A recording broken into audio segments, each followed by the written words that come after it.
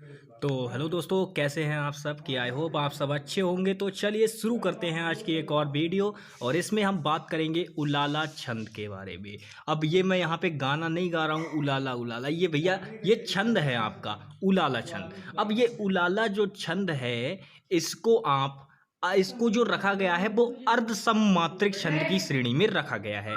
मैंने आपको डेली बताया है कि अर्ध सममात्रिक छंद क्या होते हैं, सममात्रिक छंद क्या होते हैं और विषम मात्रिक छंद क्या होते हैं। ये सारी चीजें मैं आपको बता चुका हूं। तो अब हम बात करते हैं कि उलाला छंद किस प्रकार से अर्ध सममात्रिक है, तो इसके बारे में हम चर्चा करेंगे। सबसे पहले देखिए दोस्तों, उलाला छंद के बारे में हम जब आज बताने जा रहे हैं, क्योंकि यह लास्ट हमारा अर्ध सममात्रिक है। इसके बाद हमारे दो जो बचे हुए हैं जिन्हें हम कहते हैं विषम मात्रिक छंद, तो उनकी भी हम चर्चा करेंगे, जो कि दो ही हैं आपके, कुंडलिया है और छप्य है। तो दो हैं, दोनों के बारे में देखेंगे। लेकिन पहले हम देखते हैं उलाला छंद। देखिए उलाला छंद क्या है, ये एक अर्ध सममात्रिक छंद होता है। ये तो देखिए कॉमन है, अर्ध सममात्रिक छंद होता है, 4 चरण होते हैं। अच्छा, एक बात जरा दिमाग पे जोर डालो और मुझे बताओ, क्या अभी तक आपको कोई ऐसा मिला है जिसमें मैंने आपको कुछ और बताया हो? 4 चरण के सिवाय कोई और बात रिपीट हो रही है? अभी तक कुछ भी नहीं हो रहा होगा। हमेशा आपको मैंने बताया होगा।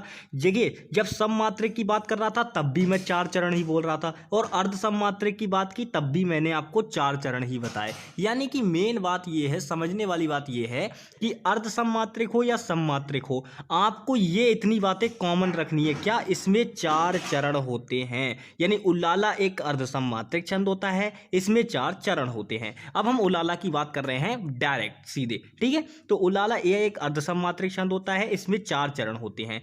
अब देखिए, इतने से कोई अंतर नहीं पड़ने वाला। इतना लिख दोगे तो नंबर नहीं मिलेगा आपको। मेन काम आता है इनकी मात्राओं को पहचानना, कि मात्राओं की संख्या कितनी कितनी होती है। तो आप अच्छी तरीके से जानते हैं, जो पहला चरण और जो तीसरा चरण जो होता है, इनको हम बोलते हैं विषम चरण। क्या बोलते हैं? विषम चरण। और जो आपके दूसरे चरण और चौथे चरण होते हैं, दूसरे और चौथे, इनको कहा जाता है, दूसरे और चौथे चरण को कहा जाता है सम चरण।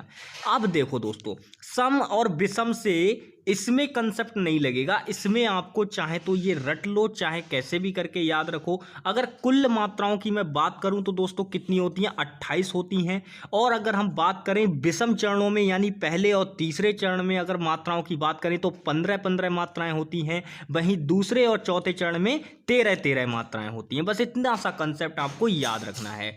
यानी कि देखिए, 1 मिनट में इसकी डेफिनेशन बहुत अच्छे से याद हो जाएगी कि उलाला एक अर्ध सममात्रिक छंद होता है। इसमें 4 चरण होते हैं। पहले और तीसरे चरण में 15-15 मात्राएं होती हैं। दूसरे और चौथे चरण में 13-13 मात्राएं होती हैं। देखिए कितना सिंपल था, बहुत आराम से याद हो गया हमको। तो चलिए इसी प्रकार से अब हम देखते हैं इसका उदाहरण आपके सामने ये लिखा हुआ है, जो कि आपका उलाला छंद का उदाहरण है। हालांकि ये पूछा नहीं जाता है, तो इसको आप आराम से देखिए, मैंने बहुत ही सिंपल उदाहरण लिया हुआ है, तो आप इसको लिख लिख के याद कर लीजिएगा, आराम से याद हो जाएगा। आप इनकी मात्राओं को जब करके देखेंगे तो आपको ये दिख रहा है कि ये इसका पहला चरण है, ये वाला पहला है, ये दूसरा चरण है, ये तीसरा चरण है और ये चौथा चरण है। मैंने आपको बताया पहले और तीसरे में कितनी होंगी? 15-15 मात्राएं होंगी। और ये दूसरे और चौथे चरण में कितनी कितनी मात्राएं होंगी दोस्तों?